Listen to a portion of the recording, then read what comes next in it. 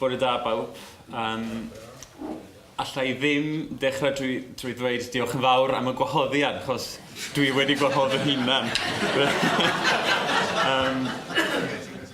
Ond mae hwn yn brofiad mwy emosiynol nac o'n i'n disgwyl am ryw reswm, falle bod fi'n mynd yn hen. Ond ymhlith o gynulleidfa mae yna bobl, a dwi eisiau dweud diolch yn fawr yn gyhoeddus iddyn nhw. Yn gyntaf, i'r athro Robert Owen Jones gafael fi yn fy llaw ar rhoi'r gychwyn i fy gyrfa academaidd ac am dysgu mi y sgiliau yn gynrheidiol i geisio bod yn ymchwilydd cymwys ac yn bwysigach beth i ddysgu mi i edrych ar yn gwlad enedigol drwy perspektif rhywun o'r tu allan sy'n sgil hanfodol pan ydych chi'n mynd ati i ddadansoddi cyfnod hanesyddol neu hyn dahelynt cymuned. Diolch yn fawr, Robert. Ac yn ail, dwi eisiau dweud diolch yn fawr yn penodol i fy nau gyfarwyddwr pan o'n i'n gwneud y dreithio'r PhD, sef yr athro Wyn James a'r athro Bill Jones. Dwi wedi clywed storiau erchyll am pobl sy'n trio gwneud PhD a mae'r cyfarwyddwyr yn anodd iawn ac yn gwneud y gwaith hyd yn oed yn galetach nag mae o, nag y dylai fod. O'n i'r gwrthwyneb, mae Bill a Wyn wedi bod yn gyfeillion anhygoel a dyn ni wedi rhannu llawer o brofiadau. Nid yn unig y cyfarfodydd yn ystafell Wyn, ond y teithiau i'r wladfa lle dyn ni wedi dod yn agos iawn yn academaidd ac fel pobl, fel gwir gyfeillion. Felly, diolch yn fawr iawn.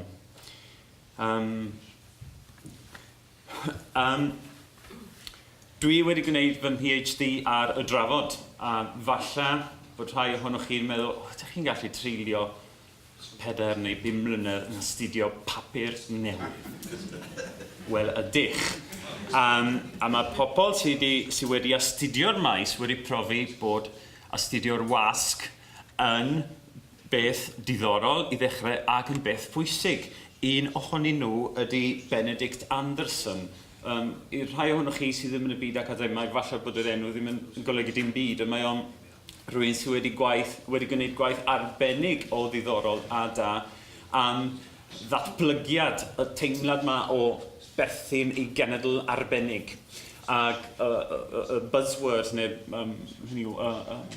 ni'n cysylltu Benedict Anderson ar imagined community. Y beth mae o'n olygu ydy, dyn ni gyd yn frodyr a chwiorydd fel petai. Ond mae yna strwythur o rywle sy'n gwneud i ni deimlo bod ni hefyd yn perthyn i gymuned arbennig. A dyna beth mae o'n ei alw yn imagined community. Achos mae o'n deud, mae hwn yn rhywbeth mae rhywun yn creu un bwrpasol mwyn creu teimlad o undod. A mae o'n deud, mae papurau newydd a'r wasg, datblygiad y wasg yn gyffredinol a'r diwylliant preintiedig wedi bod yn hanfodol yn y 40 ganrif ar 15. Mae o wedi astudio Ewrop yn benodol. Mwyn i'r gwledydd yn Ewrop deimlo bod nhw'n wledydd a chenhedloedd.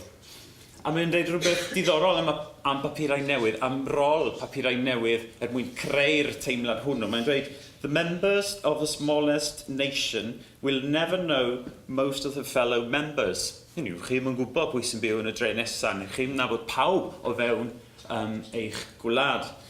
Meet them or even hear of them, yet in the minds of each lives the image of their communion. Hynny yw, maen nhw'n rhannu un papur newydd. Dyn ni'n darllen yr un math o newyddion, yr un math o iaith, yr un math o bapur. Dyn ni'n perthyn i ryw fath o gymuned, a mae yna fwy nag un gymuned wrth gwrs. Felly mae o'n deud, mae papurau newydd wedi bod yn hanfodol mwyn diffinio cenedl. Wrth gwrs, dyn ni'n meddwl am yr oes, am y byd sydd ohoni heddiw, a mae papurau newydd wedi colli eu pwysigrwydd. Dyn ni'n defnyddio Facebook, dyn ni'n defnyddio trydar y we trwy'r amser, a dweud y gwir, dwi'n gallu yng Nghaerdydd darllen papurau newydd o'r Ariannin, o Mongolia, o ble bynnag. Felly, dyn ni'n perthyn i fwy nag un cymuned, dyn ni ddim yn perthyn i'r cymuned leol, dyn ni'n perthyn i gymuned fyd eang, a dweud y gwir. Ond, os ydych chi'n camu nôl i'r 14eg ganrif ar 15, mae rhaid pwysleisio roedd papurau newydd yn hanfodol mwyn creu y teimlad yma. Ac wedyn mae Kevin Williams, sy'n gweithio yn Prifysgol Abertawe, mae wedi gwneud gwaith ar y papurau newydd yn Prydain yn penodol, yn dweud hyn, a dwi'n mynd i ddyfynu. Different eras have their own cultural, social, economic and political imperatives which impact on the newspapers and determine form and appearance. What appears in the pages, how content is produced, the way in which people understand its role in society and its relationship with other social actors. Mewn gair, trwy ddarllen papurau newydd o wahanol cyfnodau, dyn ni'n gallu deall mwy am natur y gymdeithas. Felly, dyna reswm arall dros fynd ati i ddeall beth ydy papur newydd a pha rôl mae'r papur newydd yn chwarae o fewn cymdeithas. Ac wrth gwrs, meddyliwch am y papurau newydd yn Wladfa ac am well ddealltwriaeth natur y gymuned Gymreig yn fanna. Ond mae Ariel Jones, sydd wedi gwneud gwaith gwych efo Bill Jones, papurau newydd Cymraeg yn yr Unol Daleithiau, ond mae wedi astudio'r wasg ym Mhrydain ac yng Nghymru, yn dweud, byddwch yn ofalus, a mae hyn yn digwydd i pawb sydd wedi darllen y drafod fel ffynhonnell, peidiwch â chredu popeth ydych chi'n gweld ar dudalennau papurau newydd, a mae hyn yn ddilys heddiw. I'r cyfeillion o'r Ariannin, os ydych chi'n darllen La Nación, Página 12 a Clarín, chi'n gweld yr un eitema ond o bersbectif hollol wahanol. Mae'r un yn wir am bob man yn y byd. A mae Ariel Jones yn rhoi i ni'r cyngor dylid darllen yr hen bapurau gyda gofal a pharodrwydd i fod yn amheugar ac yn feirniadol. Oblegyd ymgorfforiad ydynt yn aml o personoliaeth eiddgar a fi'n awyddus i annog ac i berswadio. A ddarlleno ystyried, a dyn ni'n meddwl yn syth am Lewis Jones yn crafftio'r papurau newydd yn eisio anfon neges i'r gymuned yn Wladfa. Neu am Richard Jones Berwyn hefo'r Brit, wrth gwrs, fel dyn ni wedi gweld ddoe. Ac roedd gan papurau newydd swyddogaeth hanfodol, fel dyn ni wedi gweld ddoe yn hanes Wladfa. Cyn i'r pobl adael docia Lerpwl, roedd y ddau goch wedi cael ei gyhoeddi ac roedd yn trio annog pobl i fynd draw i'r Wladfa. Ac unwaith bod nhw'n cyrraedd Patagonia, roedd pobl yng Nghymru yn annog y gwladfawyr i ddechrau gyhoeddi yn syth, achos oedd y wasg yn rhywbeth pwysig tu hwnt. A mae Ioan Peder, siwr, os ydych chi eisiau gwybod pwy ydi o, gofynnwch i Wyn, achos mae Ioan gwybod. Fel da ni'n deud yn yr ystafell ymchwil, ti'n gwybod beth ddigwyddodd, pwy ydi John Jones, ble bynnag, Llambed, 1850, dwi'n gwybod, ond gofynnwch i Wyn, bydd o'n gwybod. Ffilolegydd oedd o, ond oedd... Wyn o perthyn iddo fe? Felly, mae'n cyhoeddi erthigol fer yn y Faner ym 1866, Mawrth, felly oedd y gwladfawyr wedi glanio yn Gorffennaf 1865, fel ydych chi'n gwybod. Ac mae'n deud wrth y gwladfawyr, bydd y wladychfa ym Mhatagonia yn ddechreuad o newydd i ni fel cenedl syniad am y Cymru newydd. Bydded y cwbl yn wreiddiol ac yn meddu neilltuolion Cymreig. Dylid gofalu am argraff wasg yn ddioed, a magu ysbryd llenyddol a pharch i ddisg ymysg y gwladychwyr o'r dechrau. A dyna un o'r sefydliadau pwysig mwyn creu y Cymru newydd, y deheuad yma am cael dechreuad o'r newydd y bytai. A maen nhw'n gwrando ar ei gyngor mewn ffordd, ac fel gwelson ni ddoi, mae Richard Jones Berwyn, heb argraff gwasg, heb y peiriant argraffu yn mynd ati i ysgrifennu y Brit. Mae'n dda gen i ddweud bydd David Williams yn cyhoeddi cyfieithiad o beth sydd gyda ni am y Brit yn Sbeineg nes ymlaen y flwyddyn hon. Felly, un peth gwych er mwyn cofnodi canmlwyddiant y hanner. Ond wedyn, mae Lewis Jones, dyn arall am Bryddawn ac anhygoel. Fel dyn ni wedi gweld ddoe, oedd wedi hyfforddi fel argraffwr ac o gynnal fo brofiad helaeth o argraffu a chyhoeddi. Mae o'n mynd ati yn y flwyddyn 1878 i gyhoeddi ein breiniad, y papur newydd Cymraeg argraffedig cyntaf yn Wladfa. Oedd o wedi cael peiriannau gan y brodyr Mulhall yn Buenos Aires. Oedden nhw'n rhedeg Buenos Aires Standard, papur newydd Saesneg i iaith, oedd yn gwasanaethu'r gymuned Prydeinig yn yr Ariannin. A mae o'n cyhoeddi ein breiniad gydag amcanion gwleidyddol yn fwy na dim. A dwi'n mynd i aros i siarad am ein breiniad. Mae'n cael ei gyhoeddi yn rheolaidd yn gyson yn gyntaf, wedyn yn ysbeidiol, a dyn ni'n gweld y rhifin ola amser Nadolig 1883. Ond wedyn, y drafod. Lewis Jones sydd tu ôl i'r drafod. Ond y tro yma, does dim amcanion gwleidyddol penodol. Mae o'n mynd i chwarae rôl bwysig yn natplygiad gwleidyddiaeth y Wladfa yn sicr. Ond amcaniol, diwylliannol a ddysgiadol sydd tu ôl i'r fenter hon. A mae Lewis Jones yn y rhifin cyntaf yn dweud hyn, a mae'r cyfieithiad yn fanna. A mae iaith y Bydroedd Canrif ar 15 a iaith flodeuog Lewis Jones. Ac mae'n dweud, wrth gychwyn y newyddi'r cyntaf hwn yn Wladfa ar orgraff yn wahanol. Wrth gwrs, yr ydys yn teimlo dipyn yn bryderus ar iddo wasanaethu yn deilwng y neges o wareiddio a choethi sydd yn arbennig waith y wasg.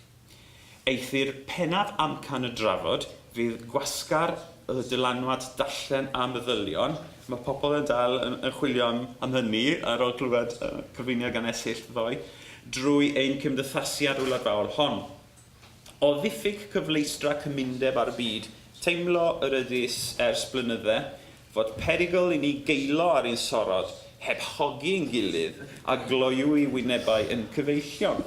Ac yn enwedig fod ein pobl ieuanc heb cyfleistra gwybod na thrafod, tra'n agored i lawer o ddylanwadau mall ac anhau. Wel, sôn am ffordd dda i ddechrau gyhoeddi'r papur newydd hwn. Mae drafod yn mynd i para tan heddiw, a gobeithio bydd yn para am flynyddoedd lawer. A y drafod ydy prif papur newydd Wladfa i bob pwrpas. Ac tra oedd swyddogaeth wleidyddol gydag ein breiniad, mae drafod yn ceisio ymestyn ac yn trio rhoi rhywbeth i bawb, fel bod nifer o ddarllenwyr a chyfrandalwyr a pobl sydd yn ymrestru i dderbyn y papur yn gallu tyfu. Felly yn fanna byddwch chi'n ffeindio bron ym mhob rhifin newyddion lleol, newyddion cenedlaethol o'r Ariannin a newyddion rhyngwladol. O Gymru, ond nid yn unig o Gymru, o bob peth oedd yn digwydd yn y byd. Chi'n darllen am rhyfel y Boer yn ei Affrica, rhyfel byd cyntaf, rhyfel byd, terfysgoedd yn Rwsia, ym mhob man. A dwi'n cofio pan o'n i yn gweithio efo Robert Owen Jones ac yn treulio'r ha yn y Gaiman, ac oedd mor boeth ac oedden ni'n wrthi yn darllen Pori Trwyd Dalena ac yn sydyn byddwn ni'n dweud wrth Geraldine, mae rhyfel cartre wedi dechrau yn Sbaen. A ydych chi'n camu nôl i fyd arall, wrth gwrs. Ta waith, mae bob math o eitemau diddorol iawn. Ac ym mhob rhifin hefyd, o leia tan 1952, chi'n ffeindio colofn gan y golygydd sy'n ddiddorol iawn wrth gwrs, ac yn bennaf erthyglau am ddiwylliant, gwleidyddiaeth, diwynyddiaeth yn bendant, a cholofnau arbennig. Ar un cyfnod maen nhw'n cyhoeddi colofn merched, ond ferched, peidiwch a meddwl bod chi'n ffeindio rhywbeth am women's liberation. Na, jyst o'n cyngor ar sut i wneud jam ac edrych ar ôl y teulu a pethau fel. Felly, nodweddiadol o'r 4eg ganrif ar 15 wrth gwrs. Falle bod yn hen bryd i ddechrau colofn ar gyfer y merched esyllt, rhywbeth mwy chwildroadol. Ysgrifennu creadigol diddorol tu hwnt, achos dyn ni'n gallu clywed lleisiau pobl lleol yn cyfansoddi ar gyfer eisteddfodau ac hefyd darllen weithiau buddigol yn Eisteddfod Cymru. Ac mewn eisteddfodau eraill yn yr Unol Daleithiau yn ogystal. Mae'r hysbysybion am siopa lleol yn hynod ddiddorol. Rhai ohonyn nhw yn nwylo pobl o dras Gymreig, felly oedd y hysbysebion yn Gymraeg.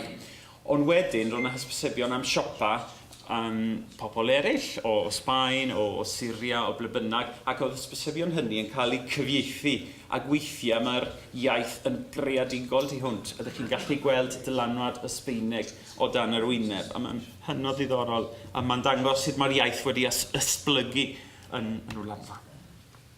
Mae yna galendar wrth gwrs, chi'n ffeindio pryd mae'r cwrdd cystadleuol nesaf, neu'r eisteddfod nesaf, a bydd rhai o'r pregethwyr a ddechrau'r flwyddyn yn rhoi'r calendar ble bydden nhw'n pregethu ym mhob un capel yn eu hardal nhw. Ac o safbwynt ieithoedd, wel, papur newydd Cymraeg ydy'r drafod wrth gwrs, ond mae yna ieithoedd eraill. Y Sbaeneg yn gyntaf, a dyn ni'n ffeindio hynny fel arfer pan mae Llywodraeth yn Rawson yn cyhoeddi yn datgan rhyw eitem, rhyw newyddion am ddeddfwriaeth newydd neu rhywbeth i'r perwyl. A byddai'r Cymec hefyd yn cyhoeddi'r fantolen flynyddol yn Gymraeg ac yn Sbaeneg hefyd. Dyn ni'n ffeindio eitemau yn Saesneg. Mi oedd yna gymuned o bobl oedd yn siarad Saesneg ar un adeg, yn ywedig yn yr 20fed ganrif, ac oedd y drafod yn trio cael mwy o bobl i prynu papur wrth gwrs. Oedden nhw mewn trafferth ariannol ers y dechrau, a dwi'n siŵr bod nhw'n mewn trafferth ariannol heddiw. Oedden nhw'n dibynnu ar gymwynasau pobl fydden yn barod i helpu nhw i gario ymlaen. Ymlith y pobl sydd wedi bod wrth y lliw, ydy Leslie Davies fan hyn? Ie, bydd o'n falch o weld y parchedig Abraham Matthews oedd yn gyfrifol am y drafod rhwng 1896, pan ath o nôl i gyfnod yng Nghaerdydd, dwi'n meddwl, nes i farwolaeth yn 1899. Merched amlwg, wrth gwrs, y luned, pan fydde Lewis Johnson yn gorfod mynd i Buenos Aires 1893-1894 oedd hi wrth y lliw, ac wedyn ar ôl i Abraham Matthews farw, mae hi'n ymgymryd ar dasg o olygu y drafod. Felly, dyn ni'n ffeindio llawer o enwau pwysig iawn yn hanes Wladfa sydd wedi bod yn gyfranwyr i'r drafod. Dwi wedi rhannu hanes y drafod mewn gwahanol gyfnodau, a mae modd anghytuno dyn ni'n gallu gwneud rhaniadau eraill. Ond o 1891 i 1903, dyn ni'n gweld y cyfnod ffurfiannol, a dwi'n disgrifio disgrifio drafod fel athro, pregethwr, ceidwad a gwaredwr, a mynd i rhoi enghreifftiau am hyn mewn munud. Wedyn mae cyfnod o'r rhyfel byd cyntaf yn ddiddorol iawn, achos mae llawer o bethau'n digwydd, ond dyn ni'n gweld ymdeimlad o brydeindod a pherthyn i gymuned fyd eang oedd yn brwydro yn erbyn yr Almaen. Ac mae hynny'n digwydd yn y gymuned Gymreig, yn yr Unol Daleithiau, yn yr un modd ac yn Wladfa. Wedyn, o 1921 tan 1952, dyn ni'n gallu gweld rhyw fath o gyfnod y dirhywiad yn ara deg wrth gwrs. Na i rhoi enghraifft i chi mewn munud. Ac wedyn 1953 yn 2003, cyfnod Irma, ac yn fwy diweddar 2005, dyn ni'n dathlu degawd pan mae'r drafod yn ymddangos eto, ac mae'n papur sy'n gwasanaethu'r gymuned leol a chymuned ryngwladol. O safbwynt y cyfnod cynnar, dwi wedi tynnu cwpl o ddyfyniadau diddorol sy'n rhoi blas i chi o beth oedd y drafod yn trio wneud. A mae rhyw cyfrannwr yn anfon nodyn at drafod 1896, mis Mawrth, ac mae'n dweud hyn. Hefyd, Mae yma lu mawr o fechgyn rhwng 15 a 25 oed, rai ohonynt heb fedru ysgrifennu Cymraeg, nac un aig arall y chwaith, felly sefyllfa addysgol drychinebus. Yn awr, od i'r oes a'r wladfa eisiau newyddir I ddysgu y rhai hyn I feddwl ac ysgrifennu drostyn eu hunain. Mae sefyllfa gymdeithasol yn resynus i'r eitha. Oedd y sefyllfa mor warthus ac mae o'n dweud, dwi ddim yn gwybod, ond mi fydd yn gweithygu yn sicr. Ond dyn ni'n gallu gweld y pryder yn blith rhai o aelodau'r cymuned, yr arweinwyr falle, oedd eisiau sicrhau bod y genhedlaeth nesaf yn gallu siarad Cymraeg, mynegu hunain yn Gymraeg, ysgrifennu'n Gymraeg yn dda. A cyfrannwr arall nes ymlaen yn 1910, unwaith eto, yn danlinellu pwysigrwydd y drafod I perfformio'r rol yma. Ac mae'n dweud, yma dyfodol y wladfa a'r to sydd yn codi yn ymddibynnu ar y modd y bydd I ni roi cyfeiriad y mywydau yr ieuenctid. Nid hiw y pilpid a'r sedfawr yn gylch digon eang I ni wneud yr hyn a ddisgwylir oddi wrthym. O blegyd mae dosbarth o'n cyd-ddynion a'n cyd-genedl nas gellir ei cyrraedd oddi yno. Rhaid manteisio ar y gyfrwng mwy cyffredinol, a'r drafod yn y wladfa yw y cyfrwng hwnnw. Gellir gwneud moddion gras o bapur newydd. Felly, hynny yw, nid ar chwarae bach oedden nhw'n mynd ati I gyhoeddi'r drafod bod nhw'n colli yn ariannol, oedd yna swyddogaeth bwysig iawn yn llyged rhai o arweinwyr y cymuned. Sicrhau bod wladfa yn aros yn wladfa Gymraeg I hiaith I raddau helaeth. Mi oedd yna gystadleuaeth ar wahanol adegau, mae drafod yw'r prif papur rhwng y papurau newydd eraill, ac y gwerinwr ydy un ohonyn nhw, sy'n cael ei gyhoeddi rhwng 1914 ac 1916. A David Rhys Jones oedd yn gyfrifol am ei gyhoeddi. David Rhys Jones a roedd esill ddoe yn siarad ac yn dweud mai fo oedd prifathro cyntaf yr ysgol ganolraddol. Dyn diddorol iawn, hoffwn ni wybod mwy amdano fo. Mae Elfi wedi dweud bod o wedi, ar ôl iddo ymgartrefu yng Nghymru, wedi marw yng Nghyffinia Aberystwyth. A does dim disgynyddion yn ffodus. Mae David Rhys Jones yn cwyno mewn llythyr i'r drafod yn 1913, flwyddyn cyn cyhoeddi y gwerinwr, bod dim digon o le I farnau gwahanol ynglyn â sut I weinyddau y wladfa a'r ecemec. Mae'n edrych fel pe bydde, ac mae o'n beirniadu y pobl oedd yn cyhoeddi'r drafod, oedd yr un pobl oedd yn rheoli'r ecemec a'r cwmni dyfrhau ac oedd yn flaenwyr yn y capel. Hynny yw rhyw fath o establishment Cymreig a Chymraeg. Ac fel dyn ni'n gwybod, yn yr 20th ganrif, mae'r ecemec yn dechrau colli ei ddylanwad a'i ffwer a'i iechyd economaidd. Ac mae lot o pobl yn dechrau poeni ac yn dweud mae rhaid I ni wneud rhywbeth I newid y sefyllfa. Ond mae'n debyg mae yna rhyw fath o sensoriaeth yn y drafod. A mae'r gwerinwr yn ymddangos I trio rhoi barn arall yn gyhoeddus. A dwi wedi anghofio beth oedd y gair am transnationality bill rhwng genedlaetholdeb. Diolch yn fawr.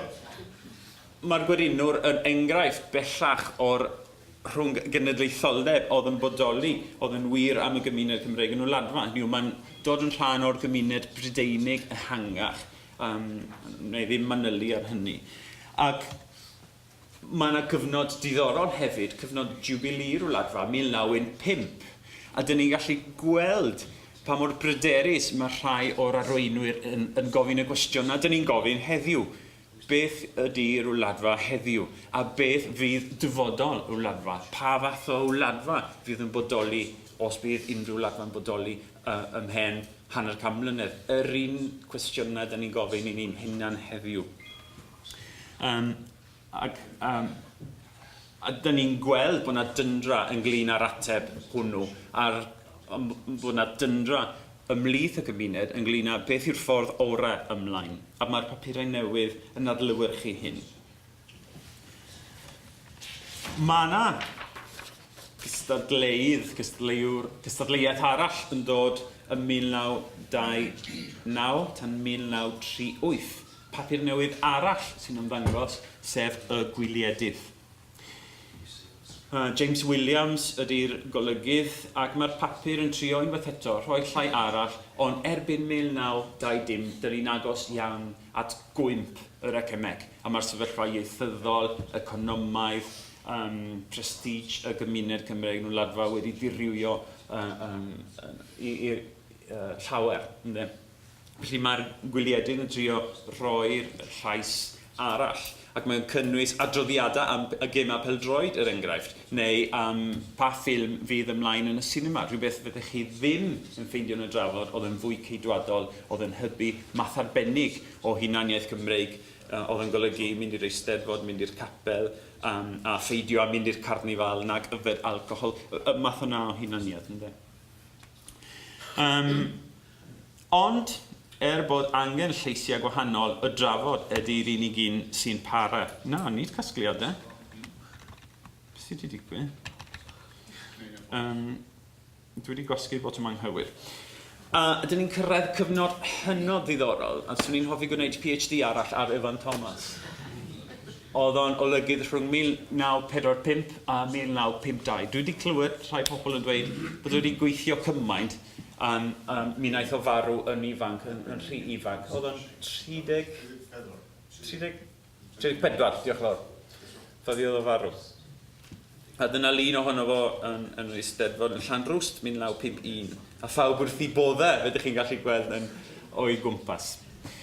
Mae Ivan Thomas yn olygydd y drafod yn y blynyddoedd hynny, ond yn ogystal â hynny, mae'n gweld yr angen i cadw'r drafod yn Gymraeg yn unig, a mae o'n mynd ati i sefydlu papur newydd arall, El Regional, sy'n dal i fodoli heddiw. Ac hefyd, mae o'n cyhoeddi cylchgrawn llynyddol o'r enw yr Eisteddfodwr. Sut oedd yn ffindio amser i wneud y pethau i gyd yma, dwi ddim yn gwybod. Ond mae'n gyfnod diddorol di hwn am natur y Wladfa a cwestiynau am hunaniaeth y Wladfa. Beth ydyn ni? Ydyn ni'n Gymru? Wel, dyn ni'n siarad Cymraeg. Ond dyn ni wedi cael ein gennym yr ariannu'n. Ydyn ni'n archentwyr felly? Na, dyn ni'n wahanol i gorff y weriniaeth, i'r cylchynion fel oedden nhw'n galw'r pobl o gymunedau eraill. Felly, ydyn ni'n archentwyr Cymreig, neu yn Cymreig archentaidd, neu ydyn ni'n Patagonwyr? Cwestiynau diddorol iawn, iawn, iawn. Ac dyna un dyfyniad yn unig oedd Ivan Thomas yn cyfrannu at y drafod nid yn olygydd 1941, ond mae'n dweud hyn. Fel dinaswyr a meibion ariannu'n, rhaid cofio fod gennym ddyletswyddau cysygredig at ein gwlad enedigol, ariannu'n wrth gwrs, ac na thal hi ddim i ni fyw'n ddidoledig, Cymru, archentwyr, Patagonwyr, oddi wrth gyfangorff y genedl archentaidd. Rhaid byw yn unol a cheisio cyfrannu gyda'n elfennau Cymreig i wella'r genedl archentaidd. Yr hon a ffurfiau chymysgedd, mae yna taipon o gwreiddiol, o bob cenedl y ddaear. Byddaf yn meddwl y dylid cysegri newyddi'r gwladfaol nid yn unig i amddiffyn y diwylliant Gymreig, ond hefyd i fagu mwy o gariad ynom at y wlad eang hon, lle mae aelodau o bob cenedl y ddaear yn cael byw mewn hedd a thangnefedd. Dyw hynny ddim yn fy'n teipo i ydy o, byw mewn hedd a thangnefedd. Felly, chi'n gallu gwneud hyn heddiw yn yr ariannu'n. Yn y 50au, 40au, 30au, oedd hynny ddim yn amhosib. Oedd y breuddwyd hwn yn afreal. Oedd rhaid i chi fod yn ddinesydd teyrngar i'r ariannu'n yn unig. Oedd chi ddim yn gallu perthyn i dwy genhedlaeth. Oedd chi ddim yn gallu cadw dwy hunaniaeth. Felly oedd o brwydro yn erbyn y llu. Ond serch hynny, mae'n gyfnod diddorol tu hwnt. Mae o'n marw, fel dwedais i, yn ifanc iawn, ac am flwyddyn mae'r drafod heb ymddangos. Ond, sôn am game changers, ac o'n i'n myfyrio neithiwr cyn mynd i'r gwely, y ffaith bod ni'n gweld dynion i gyd, falle yn hanner cynta hanes Wladfa, Ac yn yr ail hanner o'r 50au ymlaen, y merched sy'n cario'r fflam. Ac enghraifft o hynny ydy gwaith Irma yn benodol canolbwyntio ar y drafod. Oedd yn olygu o 1953 a 2002. A bu hi farw fis cyn dathlu hanner camlwyddiant fel golygydd y drafod yn anffodus. Roedd hi'n ddynes anhygoel o blaned arall a dweud y gwir. Ganwyd hi yn 1908 yn ardal Treorci, Dyffryn Camwy. Cyfrannodd hi, anfonodd hi i chyfraniad cyntaf i drafod pan oedd hi'n 8 mlwydd oed. A dyn ni'n gweld, dwi'n gallu gweld Arthur Hughes yn dysgu hi i garu llynydda, darllen a chyfansoddi. Enillodd hi gadair Eisteddfod, y ferch gyntaf, Mererid Hopwood y Wladfa, oedd hi, pan oedd hi'n 28 yn y flwyddyn 1940. Neu falle bod Mererid Hopwood yn Irma Jones Cymru. A 5 gwaith arall yn ogystal â gwobrau eraill, wrth gwrs, oedd hi'n hoff iawn. A mae rhai yn dweud bod gwaith Ariel ei chwaer hi hyd yn oed o safon uwch na gwaith Irma. Roedd hi'n olygydd y drafod rhwng 1953-2002 ac aelod o Orsedd Cymru ac yn ogystal cafodd hi i wobrwyo neu ei handrydeddu fel merch amlwg, mwcher yn ddistagada yn yr ariannin gan Senedd Ariannin. Dwi'n yn gwybod os ydy'r wobr honno dal yn bodoli. Ond mae'n anrhydedd cenedlaethol, felly nid yn unig merch o'r wladfa o Chubut oedd hi, ond oedd hi yn bwysig yn y cyd-destun cenedlaethol. Ac mae'n ddiddorol darllen dyfyniad gan Irma drafod ymddangosodd rhwng Gwanwyn Haf Ariannin 1988-1989 yn siarad yn benodol am beth ydy rhol y drafod heddiw. A mae hi'n dweud, beth am heddiw, gofynnir? Wel, mae ei neges y drafod, dipyn yn wahanol i'r hyn y doedd gynt. Nid oes diben iddo geisio amddiffyn buddiannau'r trigolion fel yn y dyddiau gynt. Hynny yw, mae'r holl gegri o man trafodaeth wedi dod i ben hefo Ifan Thomas. Mae'n fwy o papur bro hefo Irma. Yn hytrach am cana tuag at gadw'n fyw beth o'r diwylliant Gymreig cyfoethog a tifeddiasom, a chadw rhyw fath o gofnod o'r hyn a wneir yn y cyfeiriad yma ymysg disgynyddion y Cymru ar hyd a lled y wlad. Ac mae'n dorcalonis darllen negeseuon diri gan Irma yn gofyn am gyfranwyr ac am gyfraniadau. Os gwelwch yn dda, anfonwch pwt o'r gweithgareddau. Dwi'n siŵr bod esill yn teimlo'r un peth heddiw. Trio cael newyddion neu pobl i gyfrannu, a does neb neu bron neb yn ei helpu hi. A serch hynny, mae hi'n cario ymlaen a chario'r fflam. O safbwynt technolegol, dwi'n cofio siarad ag Anna Maria ei merch, ac roedden nhw'n gwneud y drafod, siswr a glw ac yn paratoi'r rhifinnau gwahanol ar y fferm yn Treorci. Ond faes o law, daeth y peiriant Olifedi, peiriant trydanol i teipio, hynny yn yn peth mawr. Ond wedyn, yn y 90au, gyrhaeddodd Mac trwy, fel mae'n digwydd, trwy gymwynaswr o Gymru. A pwy sy'n cofio'r enw, os gwelwch yma? Dyn o aeth i'r wladfa yn y 90au. Mae'r enw yn drafod yn rili anghofio. Mi aeth o a rhoi'r Mac yn anrheg i Irma mwyn iddi gyhoeddi'r drafod. Ta waith. A dwi'n rhyfeddu achos o'n i ddim yn gwybod sut i handlo gyfrifiadur pan oedd hi Irma, oedd hi yn ei 80au falle, yn defnyddio Mac heb drafferth ac yn cyhoeddi papur newydd. Ond ydy hynny, ac hyd yn oed heddiw, wel meddyliwch am Gwilym Roberts sydd ddim isio cyffwrdd cyfrifiadur. Ydy o yma yn acdi. Ond oedd Irma yn y 90au wedi mynd ati i ddysgu wneud hynny cymaint oedd ei chariad dwi'n dychmygu at y drafod ac at yr etifeddiaeth iddi feistrioli cyfrifiadur y Mac. Wrth gwrs, mae hwn yn cydfynd, a mae'r drafod yn dangos cymaint o bethau i ni. Mae'n dangos hynt a helynt y gymuned, wrth gwrs, ac bod ni'n siarad am ddirwyad, mae'r 90au, yr 80au a'r 90au yn cyrraedd y gwirfoddolwyr o Gymru, y cynllun dysgu Cymraeg. Ac mae hynny yn gwneud i Irma ysgrifennu y gerdd fach hon yn 1993. A mae hi'n dweud, a daeth rhyw hapusrwydd i ni ar ein hynt, o weld y dyfodol yn loywach na chynt. Daeth rhywbeth a gollwyd yn ôl i ni nawr, a theimlwn rhyw wefr fel ardoriad y wawr. Y Gymraeg yn gwefusau y bobl ifanc, a'r bobl ifanc yn dangos diddordeb mewn dysgu'r iaith a dysgu mwy am ei hunaniaeth a'r etifeddiaeth Gymreig yn Wladfa. Buodd hi farw a byddwch chi'n meddwl pwy fydde'n camu i'r adwy. Esyllt, baid o dychryn. Merched. Ia, unwaith eto. Tair ohonyn nhw. Laura Jones, Henry yn y canol, merch Irma. I merch hi, Rebecca Henry, ac wedyn rhywbeth sydd yn pwysig iawn ac sydd yn cadw'r Wladfa yn fyw. Y cyfraniad o Gymru. Esyll Robert de Lewis. Y tair ohonyn nhw, a mae rhaid i mi holi esyll ynglyn â hwn, achos dwi wedi dechrau edrych ar y cyfnod diweddar yn ddiweddar yn unig. Ond hoffwn ni wybod pan penderfynwn nhw fynd ati neu sut. Ac oddi ar hynny, maen nhw wedi bod yn gyhoeddi i'r drafod pan maen nhw'n gallu fel petai, ac mae hynny yn rhywbeth sy'n heiddi canmoliaeth enfawr.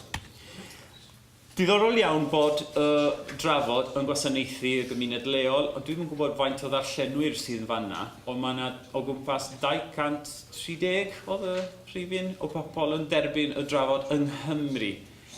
Rhwng genedlaetholdeb unwaith eto, a mae hynny'n dweud cyfrolau am natur y darllenwyr ac am sefyllfa sy'n bodoli rhwng Patagonia a'r Wladfa. Felly mwyn cloi, ac mwyn i ni cael coffi a the a chacennau. Gallai i siarad am y drafod am oriau, ond... Cario ymlaen. Mae drafod yn llawer o pethau, nid yn unig yn papur newydd, a gobeithio bod fi wedi llwyddo i drosglwyddo'r neges honno i chi, ac wedyn os oes awydd gallwch chi wneud mwy o ymchwil. Ond mae'n ddolen gymunedol. Mae'n ddolen sydd yn uno y diaspora Cymreig yn lleol, yn Chubut, yn cysylltu yr Andes, a'r Dyffryn, a Sarmiento, a hyd yn oed Comodoro, a Buenos Aires. Ond hefyd, mae'n ddolen sy'n uno drafod a chymunedau Cymreig ar draws y byd, a'r fam wlad yn sicr, ond hefyd i'r cymunedau yn yr Unol Daleithiau, ac yn Canada, ac yn Australia, ac yn Seland Newydd. A dwi'n cofio darllen mewn rhyw drafod bod rhywun yn derbyn y drafod yn Paraguay. Pwy ar wyneb y ddeiar oedd ydyn hwnnw? O'n i ddim. Ond felly mae'n... bod ni'n siarad... Sorry? Roberto Williams, ie? Posib, dwi'n cofio'r enw hwn. Oedd yn llythyr o Paraguay yn Gymraeg i'r drafod. Mae'n teulu Luned Gonzales yn byw yn Paraguay. Gwybod chi fynd med ein gwybod. Ie. Felly, dyn ni'n, fel dwedes i, technoleg fodern heddiw, ond dyn ni'n meddwl am y 40 ganrif ar 15 hen oes a diffyg cymundeb a chysylltu. Ond nid felly, oedd popeth yn arafach, ond oedd y papur bach ma'n llwyddo i gyrraedd bron pob man yn y byd, mewn ffordd. Ma'n trafodaeth.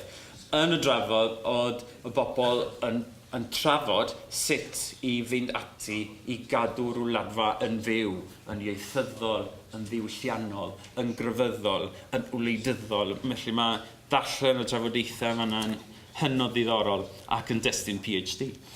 Yn ddiddorol iawn, a fer mae'r gystadleuaeth yn dangos, mae y drafod, a mae rhaid bod yn ofalus, yn hyrwyddo un math arbennig o Gymreig dod yn unig. Ac yn yr ystyr yma, mae'n wahanol i papur newydd fel y drych yn Gogledd America. Mae Bill Jones wedi dangos sydd oedd y drych yn trio creu hunaniaeth Gymreig newydd, ond hefyd ar yr un pryd yn helpu'r mewnfudwyr i ddod yn rhan o'r gymuned Americanaidd a throi yn ddinasyddion Americanaidd. Nid felly hefo drafod oedd yn ceidwad rhyw fath o amddiffynfa math arbennig o Gymreigdod. Ac am flynyddoedd lawer, mae'n debyg oedd yn cyfrannu ac yn llwyddo i wneud hynny.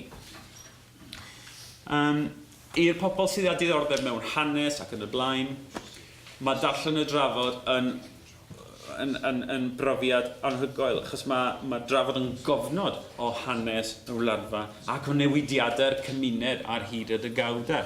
Fel chi'n gallu edrych ar yn union, mae'n ddrych, lle ydych chi'n gallu gweld llwyddiant y gymuned ac wedyn dirwyad ieithyddol, diwylliannol, etc. Ac wedyn y math yma o adfywiad, os ydych chi eisiau, sydd wedi digwydd yn ddiweddar. A fel dwedais i, mae'n ddiddorol iawn meddwl am dynion yn gyntaf, merched wedyn. Mae'n dweud cyfrola am natur y gymuned Gymreig heddiw hefyd. A mae'n dangos sut mae'r drafod wedi esblygu a dyna pam mae'n werthfawr. Mae'n arf arall, yn declyn arall i ni ddeall natur a hanes wladfa yn well.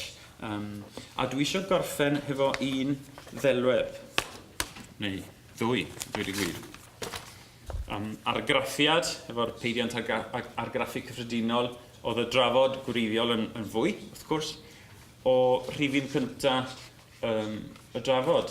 Popeth yn Cymraeg, hefo'r orgraff wahanol, y drafod, dydd Sadwrn, Ionawr, ail ar 15, 1891. Ac dwi eisiau gorffen trwy ddangos y rhifin diweddara, ac esill nest yn ennill gadar yr Eisteddfod unwaith eto. Ac mae'n dweud Haf 2015, Haf ariannyn, felly Gaeaf Cymru, ddechrau'r flwyddyn, a dwi'n deall bod yna rhifin arall mynd i gael ei gyhoeddi yn rian. Mae'r cwestiynau yn aros, neu erys y cwestiynau. Beth fydd yn digwydd i'r wladfa? Beth fydd yn digwydd i'r iaith? Beth fydd yn digwydd i'r drafod? Wn i ddim, ond o ddarllen y rhifinnau a gweld bod nhw wedi bod yn cwyno am beth sy'n mynd i ddigwydd, a maen nhw wedi llwyddo i gadw rhyw fath o wladfa mewn siap gwahanol, siap sy'n esblygu, mae'n rhywbeth byw. Dwi'n ffyddiog iawn, a dwi'n gobeithio, hefo'r holl waith dyn ni gyd yn mynd i wneud eleni, bod y wladfa yn mynd i para am oesoedd lawer. Hir oes i'r drafod.